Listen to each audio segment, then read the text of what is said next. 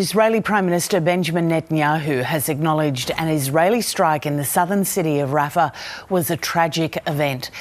Middle East correspondent Eric Torchek reports.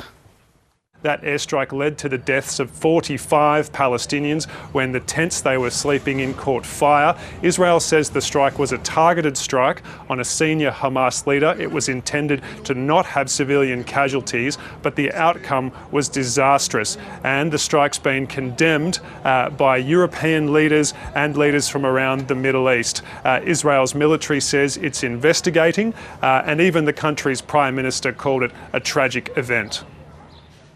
The Egyptian military says one of its soldiers was shot dead by Israeli forces in an exchange of fire on the border between Egypt and Gaza. That's in and around the city of Rafah. Egypt wants Israeli troops to withdraw from Rafah. It's been refusing to send aid through the Rafah border crossing since Israel invaded that southern border city a few weeks ago. It's not known what caused this incident. The Israeli military confirmed it occurred, but didn't give any further details. It is a rare incident between Egypt and Israel. The two sides have had a peace treaty since the late 1970s, although there have been previous clashes, including one in the first weeks of the war when Israeli fire wounded some Egyptian soldiers.